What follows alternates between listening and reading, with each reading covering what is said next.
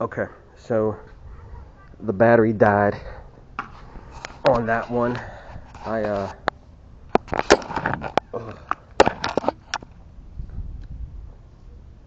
sometimes batteries die. Um, yeah, absolutely. That's a requirement. So cooking, I need to know that my wife can cook. That would be a blessing, but women can learn. And so this gives me to another point. At the Christian Singles Marriage School here in Oklahoma City, more so Edmond, Oklahoma right now, but I'm mobile, I'm all over the place. You know what I mean? We're gonna talk about marriage. But I think as ladies need to have a class on and actually it probably would be a good class if men and women do it together. Get the men and women get into a kitchen and we make a pot of, plate of lasagna, make some salad, you know what I mean, have a glass of tea, have some fellowship. Men would have the opportunity to be able to like, oh yeah, she's looking good, bro. Conversation's going good. We're about to eat some great food, and then pretty soon we start hearing those birds chirping. You know what I mean? And you start thinking about her all the time, wanting to be next to her, and then pretty soon you sign up some papers talking about for better for worse. You know what I mean? That's how it happens. But when we have to do better at having opportunities to learn and to grow together, but also venues for where men and women can come together and talk and have build friendships, and from fellowship and friendship and prayer and learning and growing, you may find a suitable helper. And so uh, right now, I don't do a very good job of spreading the word and communicating and letting people know what I'm doing. I got all these stuff, all these ministries that I'm starting, and I hardly ever talk about them. You but the Christian Singles Marriage School, I don't think I have any business cards on me right now. I think I may have given a video clip of it, um, but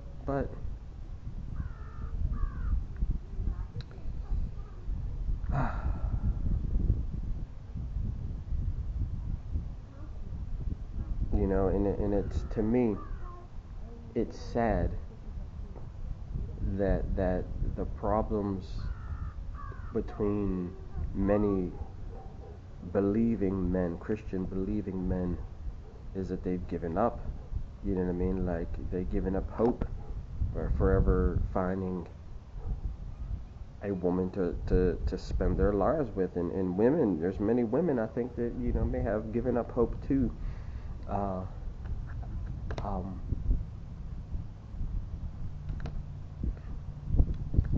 you can't give up hope. That what I think and I believe is there's a woman out there that God created her for you. Will you see her? She might already be in front of your face. You know what I mean? You just your eyes have not been open to see her. Um, she has not maybe made herself known to you. Like, hey, like when you're talking about a woman, ladies, you know, you gotta have some courage. You got to let people know that you're interested in them. Attraction's great. You know what I mean?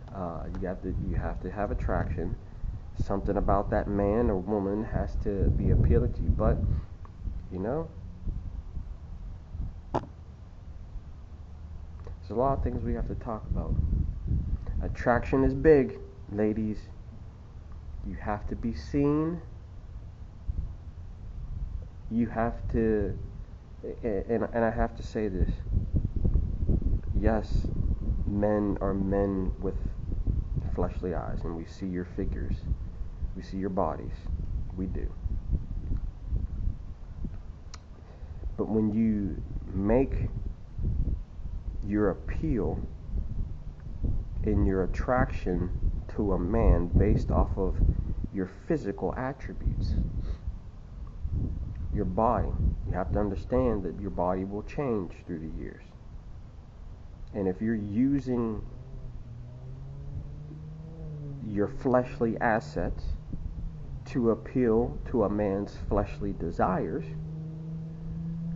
you will have a man, you're going to attract a man who's carnally minded, whose mind is of the flesh.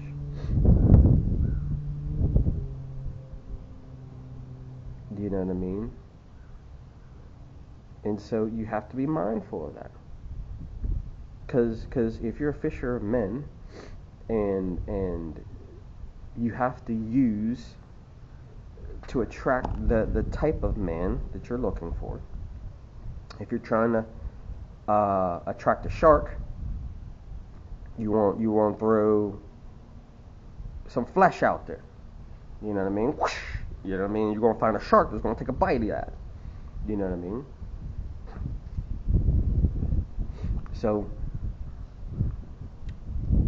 if you want a goldfish, you're gonna have to feed them goldfish food to attract them. You know what I mean? And so a goldfish is gonna want something else. And so, you know, women, you know, I tell you what, and this is just a moment of honesty.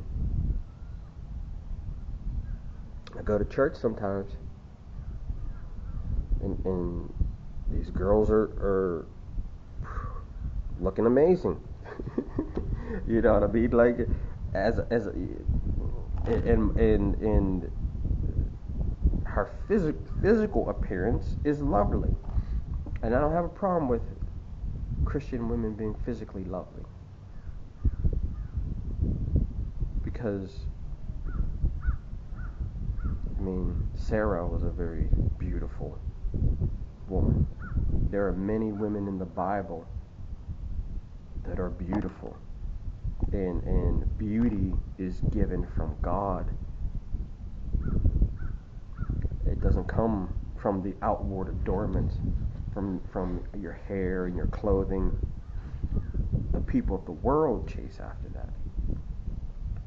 And so I would encourage all of you young Christian single ladies to allow yourself to be seen, and allow your heart to be seen.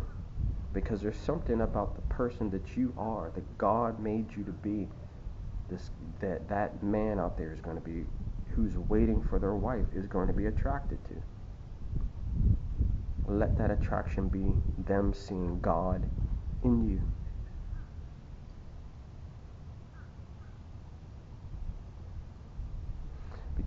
Because I mean,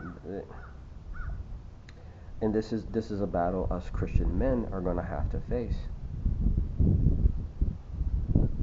The battle for the lusts of the flesh. You know what I mean? It's a very real thing. And the war us men go through to gain victory over our flesh is a very real phenomenon. And whatever wife that comes along your side in your battles, she's going to be confronted with this. And the husband is going to have to enter into his wife's battles. Whatever battles that she's fighting alone are going to be his battles. And so how does a husband and wife stand together in victory through the battles that they're going to face through all the seasons of life.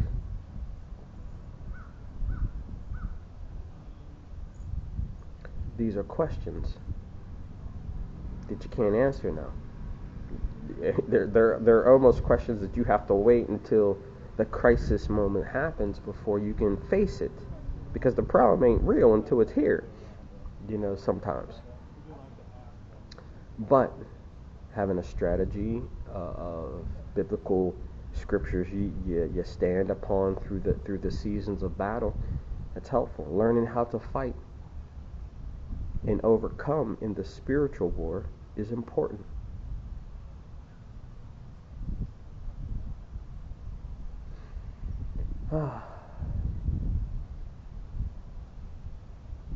So, I've been talking a lot about marriage today.